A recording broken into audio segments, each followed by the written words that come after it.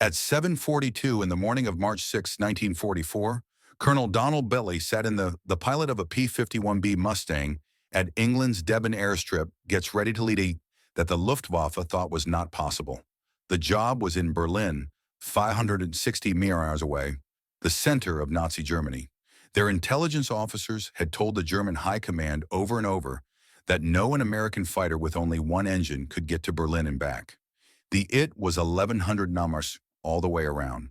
The P-47 was the first fighter the U.S. had ever tried. The Thunderbolt, the P-38 Lightning, ran out of gas many miles before getting to the capital. This was known by German fighters.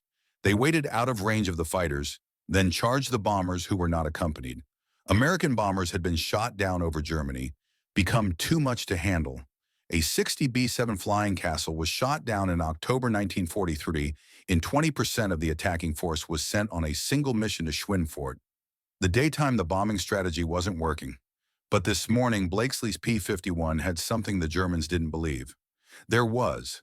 Under every wing was a 108-gallon drop tank made of paper. Britain filled up his Mustang with enough fuel to give it a battle range of 850 miles. The P-51 had an 85-gallon belly tank, as well as wing tanks. Had enough fuel to get to Berlin, fight for 20 minutes, and then fly back home. The top leaders of Luftwaffe said this was not possible. Based on their math, they thought American planes didn't have enough range. Their spy reports showed that it was true. Their pilots had been told that the enemy planes over Berlin would never be seen. They were wrong. Blakeslee was 26 years old. He had been battling Germans ever since 1941. First with the Eagle Squadron of the Royal Air Force, and then with the U.S. Air Force, the 4th Fighter Group of the Army Air Force. He had made more than 500 duty missions. He flew more than any other American during the war. He knew how much bomber raids without guards cost.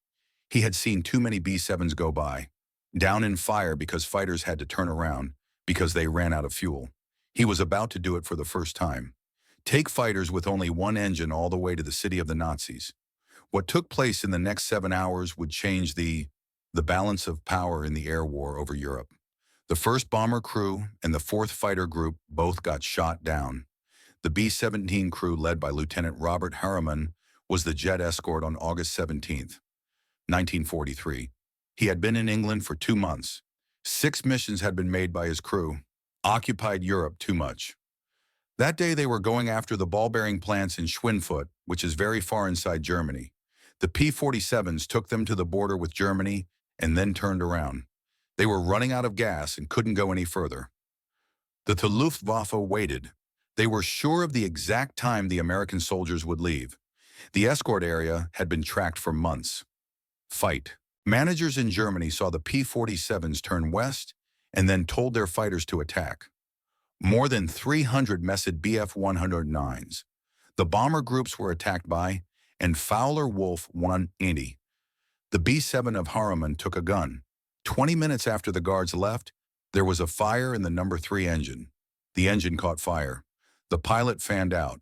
The propeller, but the fire wouldn't go out. From 6 a.m., 2 more German fighters came in and walked gun shells. Right through the body. The tailpiece came loose. As the bomber broke away from the group, it spun toward Earth. 37 people on the group didn't get out. 36 planes were lost on the mission. 260 men were killed or taken. None of them were within fighter escort range. Captain James led the 2nd group. Okenor's B-24 was lost on September 6th near Stuttgart.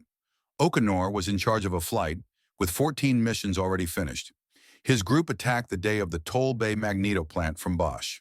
As far as their fuel would allow, the P-38s accompanied them, about 400 meters away from England. After that, they went back. Hitler's planes hit the 30 seconds later, the shape. On the radio, Okenor's team said they were under attack from 15 to 20 fighters. They asked for help. There were no fighters present. They were by themselves, 150 miles inside of Germany. 40 bombs fought against 300 German fighter planes. Okenor's plane was hit by several 20mm cannons. The fuel tank on the right side blew up. From 22,000 feet up, the bomber rolled, turned over, and fell straight down. 10 guys were killed, but no parachutes were seen. The 8th Air Force had lost by October 1943. 194 big bombs in 3 months. Most of them were shot down after fighter groups had to return to base because of low fuel. Flight pilots called it going naked, not having fighter cover. It was what German pilots called happy hunting time. They knew exactly where the range of American escorts stopped. Their fighters were put just past that point, and they waited. When as soon as the American guards turned around, a huge group of Germans charged. The attackers tried to protect with their 50 caliber machine guns, but the defense fire from a B-17, an angry Luftwaffe pilot who was going straight at them at 400 mm, couldn't be stopped. The bomber teams were dying, faster than new ones could be made. The situation couldn't last. The second loss was the worst. The Schweinfurt raid took place on October 14, 1943. More than 320 heavy bombers struck the ball-bearing plants. 60 were hit by bullets. 600 men caught or killed in them every day. It was too late to fix 17 more bombers that were injured. 100 more were broken and needed a lot of work fixing. The rate of loss was 29%. The Chief of Staff of the U.S. Army Air Forces, General Henry Arnold, directed a break in missions to go deep into enemy territory. Too much money was lost. Though the bomber teams were worn out, the new pilots were coming in without enough training and were being killed on it was their first or second job. It had to get better. Without a long-range fighter to protect them, the bombing operation had to end. The planned invasion of Europe might not have happened without the daytime bombing assault. Not work. It would give the Germans time to build more weapons and train more aircraft and make their defenses stronger. The battle, it might go on for years. There would have been more American deaths on the beaches of France if the Luftwaffe hadn't been there. Was destroyed first. What was wrong wasn't that the bombs couldn't hit their targets. The B-17s and B-24s could take out any place in Germany. The trouble was that they couldn't make it through the German fighters without help, and not a single American that fighter was close enough to follow them all the way to the target and back. The P-47, with its own power, Thunderbolt could fight for about 230 miles. With drop tanks, it was made longer to about 370 meters. That was enough to protect attackers. To Western German sites, but not to Berlin, the Ruhr industrial region, or the oil-critical area deep in the Reich, there were refineries and companies that made airplanes. The P-38 Lightning had better range, about 450 miles for combat, but the plane had problems. The cold weather at high elevations over Europe is causing a lot of trouble. The turbocharger units didn't work. Every day, when both engines stopped at the same time at 30,000 feet, the pilot said it was getting P-38ED, though there wasn't much lightning either. There were never enough P-38s to cover all the escorts properly. The Spitfire flown by the Royal Air Force did a great job but didn't have enough range. It could happen even with drop tanks. Just barely get to Paris.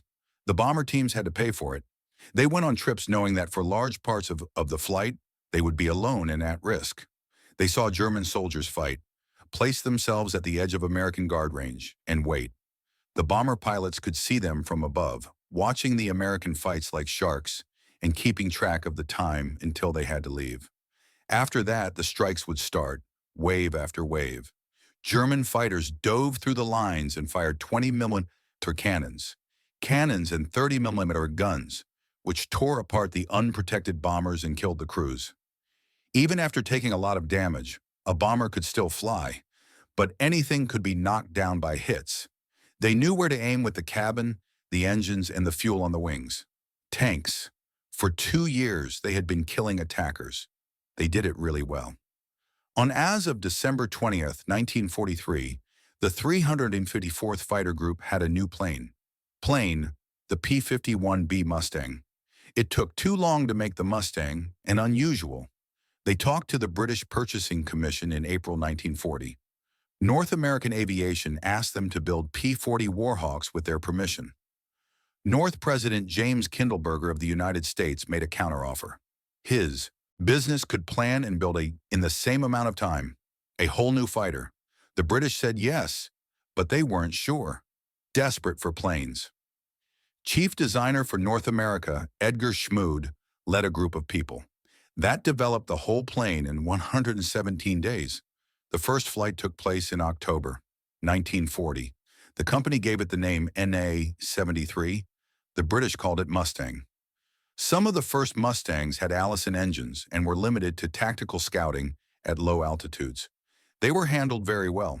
Features in a very long range, but the Allison engine's performance dropped sharply above 15,000 feet. They could not match with German fighters at the heights where bombers flew, between 20,000 and 30,000 feet. Thin and turbochargers were a must. They were used by the Royal Air Force for ground attack and tactical observation, jobs where performance at low altitude was more important than performance at high altitude, the ability.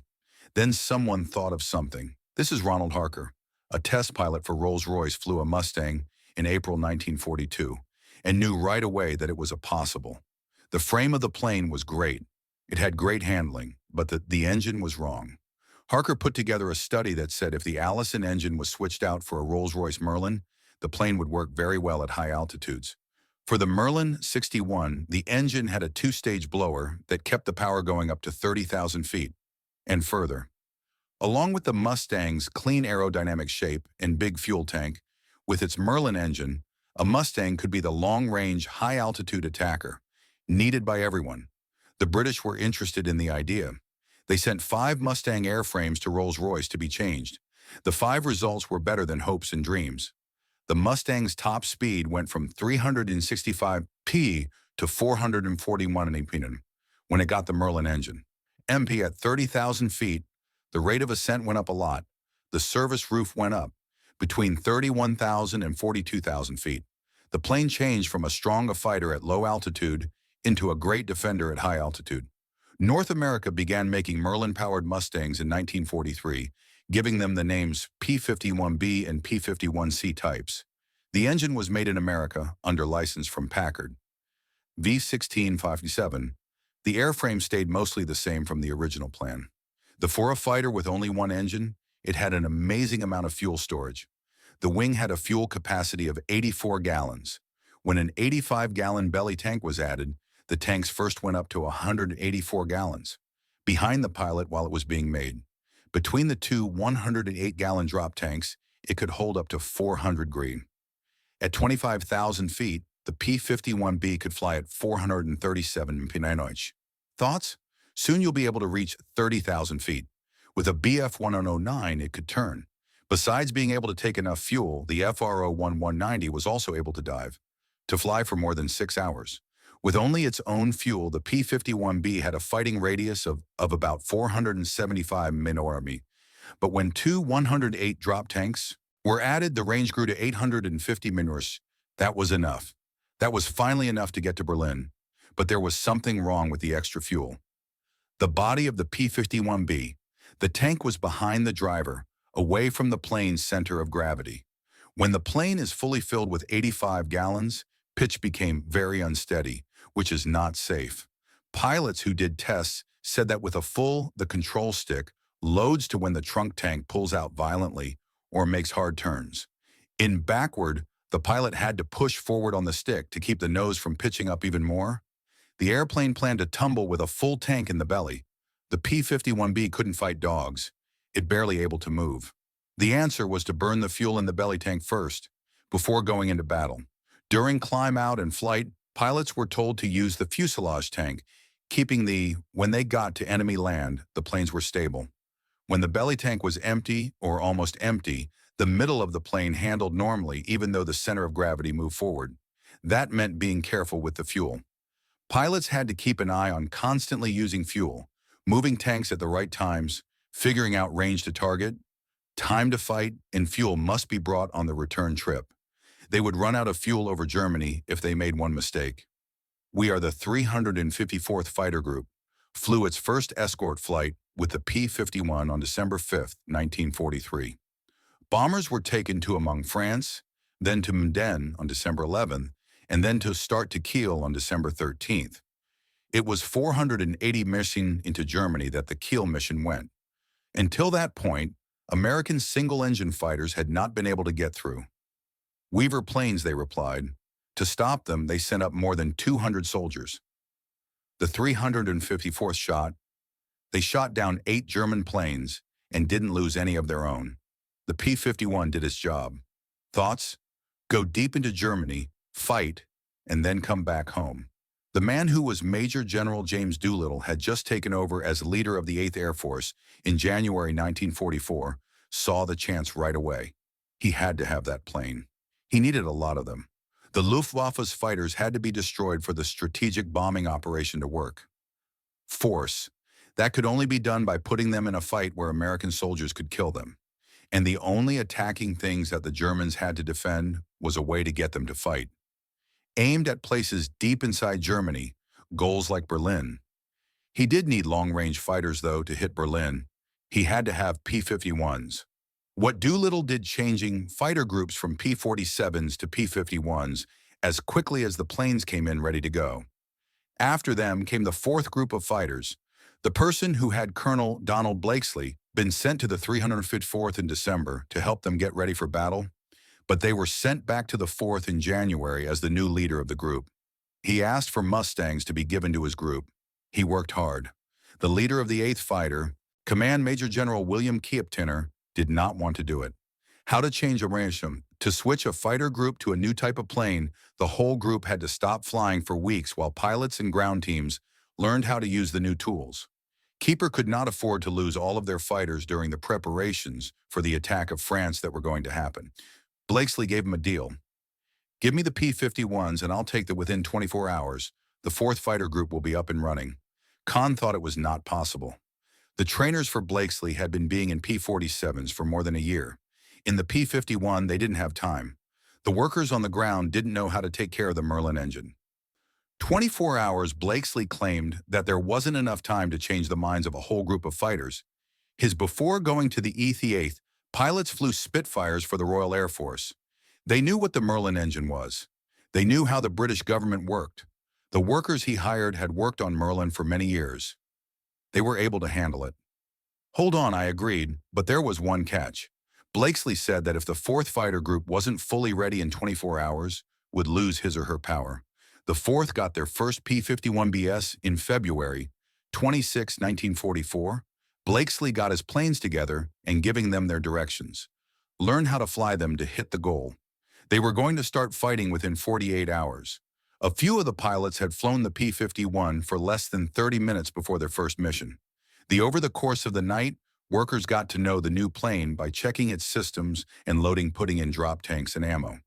By February 28th, the 4th group of fighters took off in their first P-51 flight, which was to help bombers get to France. Every airplane came back safely. Blakeslee did what he said he would do. By the beginning of March 1944, the 8th, there were enough P-51s for the Air Force to try something that had been impossible 6 months before, a daytime bombing raid on Berlin, with fighters to help get to and from the goal. What was done, it was okay. The mission was set to happen on March 3rd. The weather washed it away. On March 4th, they tried again. The weather wasn't great, but it was fine. More than 600 planes took off. There were more than 650 attackers, including P-51s from the 4th Fighter Group. It was the first big attack on Berlin by the United States. Blakeslee was in charge of his 48 Mustangs on the mission, and briefings started at 05 Wash hours. The journey was shown on the map, northeast over the North Sea, the Netherlands, and northern Germany, going straight to Berlin. The planes would go after factories in the city. The fighters would keep up a steady beat with you from takeoff to landing. Bombers would never fly alone. The weather spread out clouds were expected to cover the target. 3 to 5 m of visibility. English. There was going to be a lot of fighter resistance. The Luftwaffe would do anything to protect Berlin. Intelligence said that between 300 and 400 German jets would be in the air. The American fighters would be outnumbered in the target area, but they would be higher up and in a better situation. From 24,000 to 26,000 feet, airplanes would drop their bombs. They would fly near the top of the cover at 30,000 feet between the bombers and the sun. So any German planes trying to attack would have to climb through the screen for the protection. Managing the fuel was very important. Planes were, before crossing into German land, they were told to burn down their fuselage tanks to less than 40 gallons. Tanks that dropped would be thrown away when not needed or when battle was about to start. Each driver was in charge of watching how much fuel he has left and figuring out how much he needs to get back. But if a pilot ran out of fuel over Germany, he was on his own. No one would be left behind. The next friendly it was in the Netherlands, which is more than 200 miles away from Berlin. A P-51 might be able to glide 30 miles without any engine power. The math was easy to understand. If you ran out of gas over Berlin, you weren't going back home. At 7:42, the fourth group of fighters took off. There were 48 Mustangs, and each one had two 108-pound drop tanks, enough ammo, and enough fuel to get to Berlin and fight. The planes were big and heavy. Care had to be taken when taking off at maximum gross weight. A method: if you open the throttle too much, the torque will pull the plane off the path. Not enough, and the plane wouldn't speed up fast enough to take off before the runway ran out. Blake's Mustang took off. Once 3/4 of the track had been used. He went up to 1,000 feet, went around once, and he saw his three groups line up behind him. 48 planes in a tight with silver Mustangs standing out against the gray English morning. They made plans. For the North Sea. It took 2.5 hours to fly to Germany. The bombs were already ahead. Over 600 heavy bombs were lined up in a line 70 miles long, bringing tens of thousands of tons of explosives to the city of the Nazis. The fourth fighting group went back to their given bomber group over the Netherlands at 9:15 a.m., right on time. Blakeslee put down his fighters in a battle spread formation, were flying 5,000 feet above the bombers and weaving back and forth to stay in place. The bombers flew straight and level, staying in line with their order. Down below, fields could be seen in the Dutch countryside and little towns and rivers. Germany waited in front. They went across the line. At 9:35, the first contrails showed up, high-altitude German jets getting ready for attack. Blakeslee saw at least 40, and maybe even 50. Every minute, more showed up, climbing from a number of airfields spread out in northern Germany.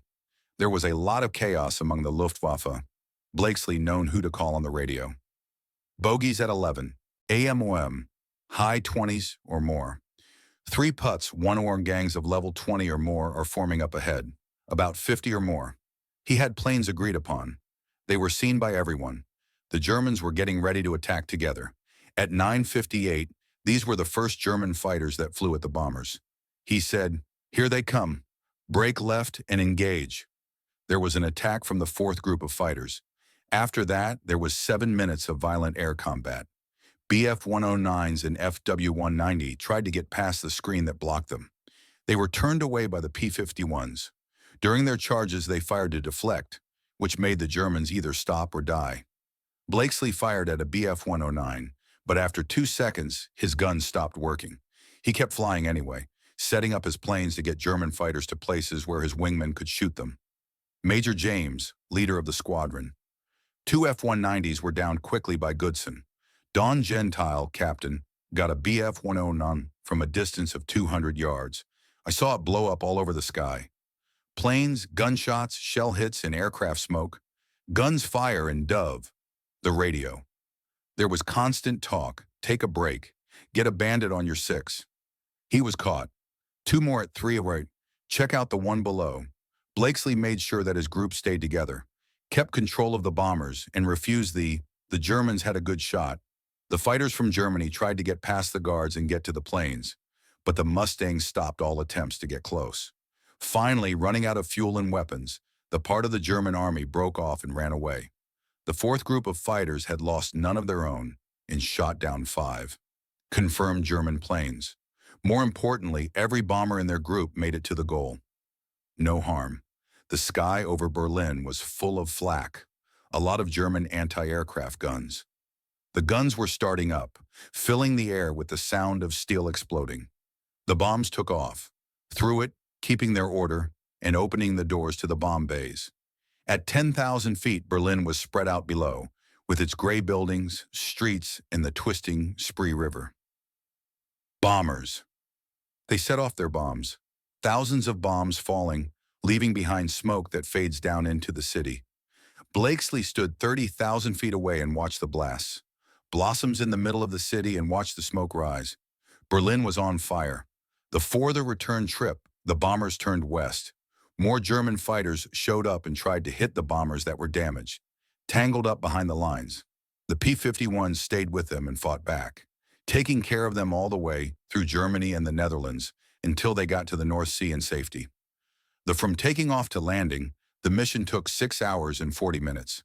Blakeslee got off at Debon at 14 House with only 20 gallons of fuel left, just enough for 10 minutes of flight time.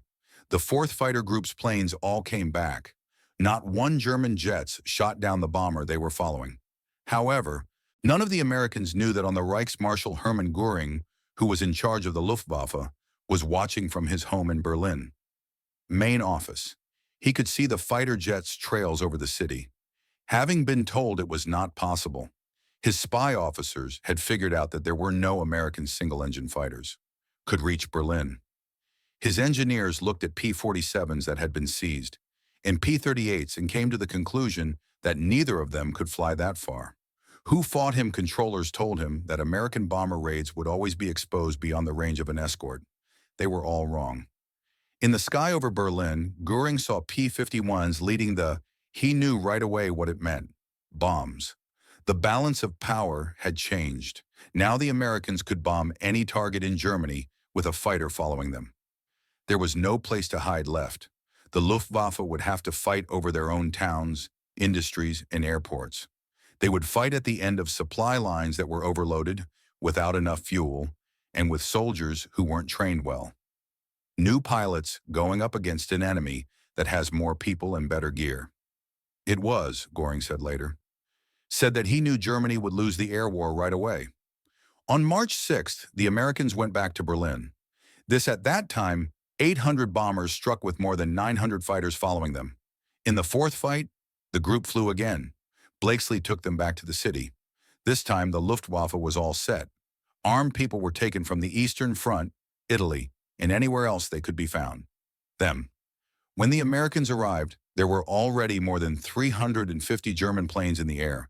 The next fight is known as Black Monday. It was one of the biggest ever fought in the air over Europe. The 4th Fighter Group ran into Germans. Fights 50 miles away from Berlin. The Luftwaffe had changed how they did things. Instead of going after the bombers directly, they first tried to destroy the fighter guards. If they could get rid of the P-51s, and bombs would be at risk. Wave after wave of Bf-109s and FAF-190 crashed through the groups of American fighters to try to break them up. And get rid of the cohesive Escort covering. The American plane pilots fought back. 2 German planes were sunk by Major James Goodson.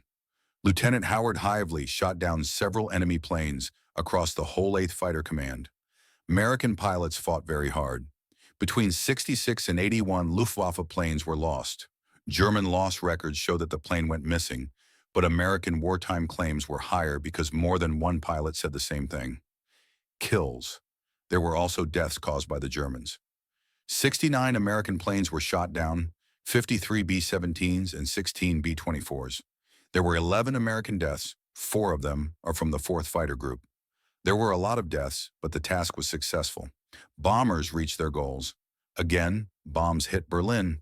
The most important thing is it was now clear that P-51s were flying over Berlin. The Nazis were no longer able to say it was an accident or a mistake.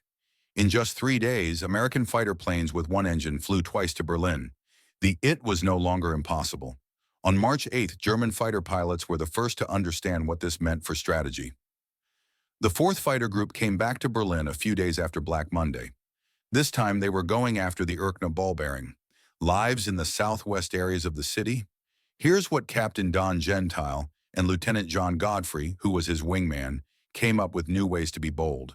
In one battle, Gentile shot down 3 Bf-109s, bringing the total number of confirmed wins to about 14. They worked together with Godfrey. That day, 6 enemy planes were shot down, showing that P-51s could do more than just fly bombs to Berlin. Beat the German fighters in the battle over the Nazi city. In the end, Gentile was given credit for 19.83 aerial. He had a lot of wins and destroyed 6 planes on the ground, which made him one of the best aces of the war. Major Gwent Raoul of the Luftwaffe, he is known for winning 275 battles on the Eastern Front, and his first task was to protect Berlin during this time. He ran into P-51s at 28,000 feet, right above the city, R had a lot of skill. She was a pilot who won the Knight's Cross with oak leaves and swords and was one of Germany's best fighters. Commanders. He knew how planes worked, how to figure out how much fuel they used, and what should be possible, and what shouldn't be. When he saw P-51s over Berlin, a long way away England, he knew right away that something very important had changed. When he got to the ground, he told his crew, the Americans have fixed the range problem and can now take their bombers anywhere. We can't hide any longer. To fight them over every target in Germany. Other German pilots said the same thing. Johannes Hedman, another skilled ace, flew against P-51s near Berlin on March 9th. He did what Lufthansa always does. He dove through the fighter screen move quickly, avoiding the guards to get to the bombers. The P-51s flew after him, caught him at 15,000 feet and made him fight in a circle. It was Steinhoff flying a FO-190, which is a great low-level plane, but the P-51 turned following him and firing over and over again. Steinhoff only got away by jumping to the trees and going as fast as you can. He hit the ground with bullet holes in his elevator and rudder. He stood his ground. Crew, that Mustang followed me all the way down and through the turn. I couldn't get rid of him. We can't edge out. We can't dive better than them, and they can fly farther than us. I don't see how we can beat them. The effects on Luftwaffe pilots' mental health were very bad. For 3 years, they was in charge of the sky over Germany. After a certain point, they knew that American fighter support would have to. If you turn around, the bombs will be open to attack. Knowing that gave them hope and let them make plans for attacks, making sure that their formations are placed just right to get the most out of their benefits. There was now that advantage no longer there. American soldiers could be anywhere, at any height, at any time. How far it is from England. German pilots were no longer able to guess where the guards would go back to because they weren't going back. Things were different now.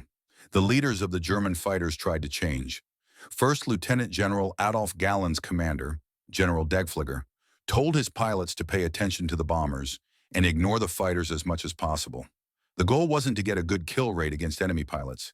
It was to stop the bombs. Though plan was very hard to put into action.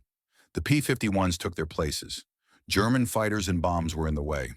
To attack the bombs, you had to first fight the escorts, and when you fought P-51s, people died. The plane went faster than the Bf-109 at height, could turn like the FW-190, and had more weapons than either of them. Even worse, there were a lot of them. The Americans looked like they had a lot of it. P-51s are sent on every operation, showed up. The Luftwaffe was overpowered, out of position, and losing more and more battles. German spy agencies tried to figure out how the Americans were able to make the range bigger. They looked at debris from downed P-51s, looking for changed fuel systems, bigger tanks, and anything else that would explain the area that can't exist. Of course, they found the drop tanks, which were 108-gallon paper tanks made by Bata, Scott and Great Britain. German engineers figured out how much extra range the drop tanks gave them and came up with the truth. Starting from the very beginning, the P-51 was made with very big built-in fuel storage. The drop tanks only made what was already amazing range. No changes were made in secret, and there was no new technology. The Americans had just made a fighter with enough fuel to follow bombers anywhere in Europe. The Nazis had never thought it was possible. The Bf-110 and Mi-210, two of their own long-range fighter projects, were all about plans for 2 engines. They thought a fighter with only 1 engine wouldn't be able to take enough fuel for long-range missions. They were wrong. The Luftwaffe had lost more than 400 planes by the end of March 1944. Pilots were killed or badly hurt. A lot of them died in fights over Germany, fighting against bomber strikes with escorts. The P-51 had made the Luftwaffe do fight at a time and place that the United States chose, and the number of deaths was too high to keep up. Pilots who were sent to the front lines had flown less than 200 hours overall. Skilled pilots were dying faster than new ones could be trained. Fuel problems were getting worse, as in Germany, American planes destroyed plants that made synthetic fuel. A lot of planes were still being made, but there were not enough pilots who were trained to fly them. Goering was told by Galland that the fighter force was being destroyed. He needed more fuel, more planes, more pilots, and most of all, more time to train backups the right way. Goering didn't have any ideas. Hitler asked for that. The Luftwaffe stopped the bombing raids but didn't give them any more help. The ability of industry, it just didn't exist anymore. The bombs were going off in the workshops. The plants that made fake fuel were being destroyed. The transportation system was not working right. And through it all, P-51s flew around and shot down any German planes that tried to get in the way. By April, it was clear what the strategic effect was. 1944. In the air, the 8th Air Force was better than most of Germany. Bomber. In October 1943, 8% of missions were lost. By April 1944, that number had dropped to less than 2%. 1944. The main culprit was the P-51. With a constant fighter guard, bombs could attack any target during the day with a reasonable risk of failure. The Luftwaffe could still kill people, but the raids could not be stopped. Germany's war production was being destroyed piece by piece, and there was nothing what the Luftwaffe could do about it. 8th Fighter Command grew in April 1944. Aggressive fighter sweeps ahead of the bomber groups will be part of operations. The P-51s would leave early and fly. They flew straight to German airfields and strafed planes on the ground before they could take off to catch the bombers. The strategy was terrible. Dozens of German soldiers were wiped out on the ground. Damage was done to airfields and fuel debris dumps, and repair buildings were set on fire. The attack on the Luftwaffe came from the rear. The 4th, during April and May, this fighter group took part in these missions. They bombed German airfields all over, destroying planes in the air and on the ground. The bold moves worked. The Luftwaffe was losing more planes on the ground than in the air by May 1944. Air. It was not a small amount of money. It was risky to strafe at low levels. English anti-aircraft guns were used to protect airfields very well. P-51s were hit every day. Some of them were shot down and the pilots were killed or captured. But the exchange rate clearly helped the United States. For each P-51, the Germans lost at least 10 planes on the ground and trained pilots who could have been killed when during the strafing run, their plane blew up. By June 1944, the Luftwaffe's day fighter force was not even close to what it had been a year before. The Allies won on D-Day, June 6, 1944. When the troops arrived in Normandy, the Luftwaffe could only fly 100 missions over the invasion beaches. Their planes flew over 14,000. Pilots from Germany who tried to attack the invasion fleet were shot down right away by a huge number of Allied troops. The Luftwaffe was no longer able to fly faster than Western Europe. That was possible because of P-51. Without being able to protect from a long distance, the strategic bombing operation would not have worked. Air superiority would not have been possible without the strategic bombing operation. It would not have been possible to win over France. Without having better air power, the D-Day attack would have had to deal with significantly more deaths and may have failed completely. During the war, American spy officers questioned Hermann Göring. They asked him what had gone wrong for Germany in the air battle. Göring gave a clear answer, which was written down in questioning records kept by the U.S. Army and Air Force. Long-range fighters were the most important force during the war in the air. In his speech, he said that long-range support was the only way for bombers to get deep into targets. Having this ability caught the Luftwaffe by surprise. When the first fighters showed up over Berlin, Göring said he knew that the end result would be terrible for Germany.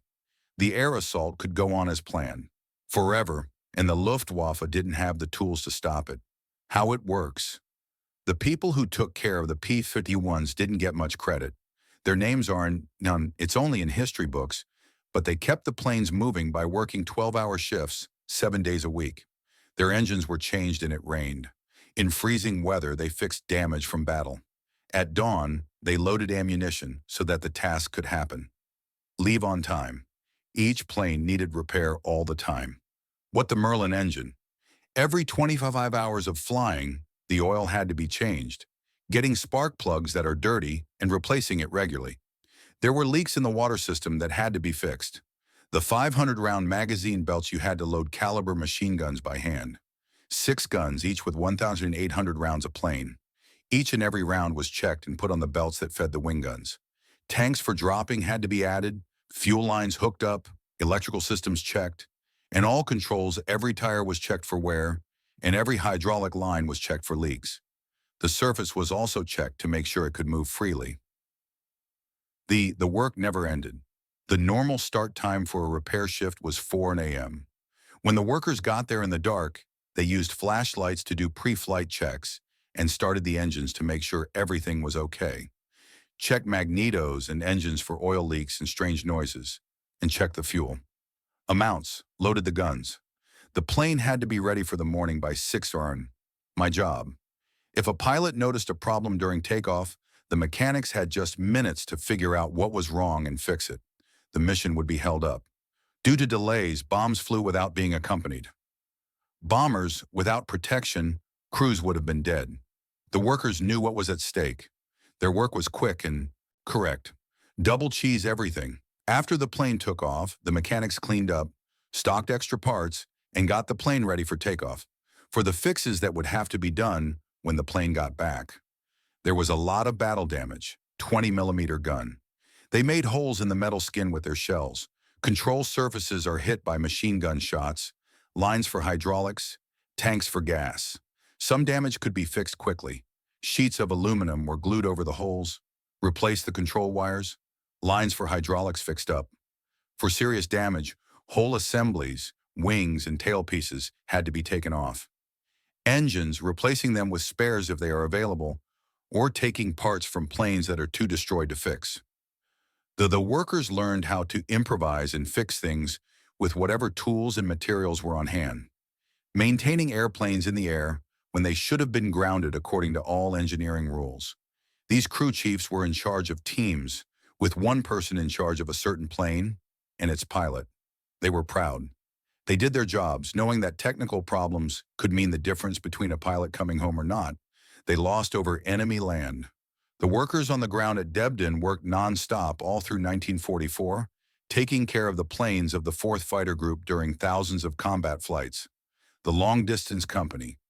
Because of what it could do, the P-51 changed the basic strategy equation of the air war. Before the Mustang, by themselves, the bombs couldn't make it over Germany. After the Mustang, planes could hit any target in Europe during the day or night, losing enough to be okay. That skill made it possible for the combined bomber offensive to work, which in turn made D-Day possible. It's possible to invade. The P-51's range let it have air control, and air being better meant that victory was guaranteed. The plane showed that range was more. What was more valuable was being able to fly to the goal than being able to fly itself. Turn a little tighter or go a little faster. The lessons changed the way airplanes were made for many years. Long range became important for the designers. Every modern fighting plane stresses the combat radius is an important feature. The lineage goes all the way back to the P-51. Colonel Blakeslee flew until October 1944, when the 8th Fighter Command told him he had to stay on the ground. Having logged more than 1,000 hours of combat, more than any other American fighter during the war, and the main office couldn't lose him. Blakeslee was very sad. He wished to stay with his fighters until the war was over and keep flying and fighting. But the order was last. In November, he came back to the United States. The 4th Fighter Group kept fighting without him, adding to their score until they were the highest-scoring American team. There is a fighter group in Europe that has won more than 1,000 proven air battles. Blakeslee stayed in the air. Force N was in charge of a fighter wing in Korea. He left as a colonel in 1965. Distinguished Service Cross twice, Silver Star twice, and Distinguished Flying Cross 7 times were given to him, and many other ornaments. He never tried to get attention for what he had done. When asked about the years later, when asked about the Berlin missions, he just said, "We did what had to be done." Up until the very end of the war, the P-51s kept following planes. In May 1945, the Luftwaffe didn't really exist at that point. There wasn't enough fuel for many German jets, so they couldn't take off. Most of the pilots who did fly were American pilots with hundreds of hours of training, killed replacements who were new to the job on their first or second missions. Of experience in battle. The war in the sky was over.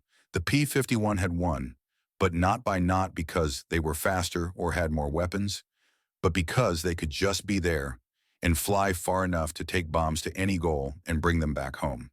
It was 1944, and the Senate War Investigating A Group led by Senator Harry Truman, called the P-51 the most aerodynamically perfect chase plane ever made.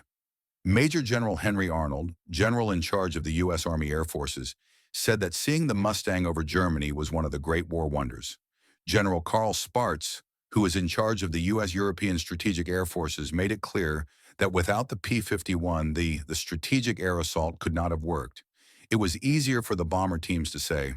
The planes were called P-51s. Hey, little friends. Once those silver jets showed up for escort duty, bomber. The teams knew they had a chance to make it through the mission alive. Seeing Mustangs meant there was hope. Everyday people win wars. There are people doing amazing things in difficult situations. The P-51 was a success because thousands of it worked because of people. Pilots went on 6-hour trips knowing that one mistake could kill everyone on board. Who are mechanics worked until they were too tired to keep the planes flying. Engineers who made systems that worked reliably under get rid of stress. Officers of intelligence who planned routes that made the most of range while lowering the risk. In 3 years, they built 18,000 Mustangs at the factory. Test pilots who showed what the plane could do. People who trained replacement pilots. Everyone worked together to make a system that changed the outcome of the battle. Blakeslee didn't know he was making history on March 6, 1944. He was trying to keep his pilots alive by protecting bombers as part of his job. The 4 things he was doing that, at the time, it didn't matter what German intelligence said about how impossible it was. He saw enemy soldiers, fought them, and defended himself. The bombers went back home. The historical importance wasn't clear until analysts looked at the data and figured out what had happened. The Americans had solved the SWAT range problem. The escorts could go anywhere. The Luftwaffe had nowhere to hide. The strategic bombing campaign could continue until Germany's industrial capacity was destroyed. Air superiority was assured. The invasion could proceed. Victory became possible. For the German pilots who saw P-51s over Berlin that day, the implications were immediate. They understood instantly that the war had shifted. American fighters were flying deeper into Germany than should have been possible. The escorts weren't turning back anymore. Every target was now vulnerable to daylight attack. The Luftwaffe would have to defend everywhere at once, spreading their diminishing forces across an impossibly wide front. They would be fighting at the end of long supply lines with inadequate fuel, with poorly trained pilots, against an enemy with numerical superiority and unlimited resources. The mathematics were clear. The Luftwaffe was being ground down through attrition, and there was no way to stop it. When those silver Mustangs appeared over the Nazi capital, circling at 30,000 Fahrenheit, untouchable and unopposed, the outcome of the air war became certain. If you found this story compelling, please take a moment to like this video. It helps us share more stories from the Second World War that deserve to be remembered. Subscribe to stay connected with history that matters. These stories shape the world we live in today, and we would love to hear from you in the comments. Tell us where you are watching from. Our community reaches across continents, connecting people who understand that history isn't just dates and names in textbooks. History is people making choices, taking risks, doing difficult things because they believed it mattered. Thank you for watching. Thank you for remembering.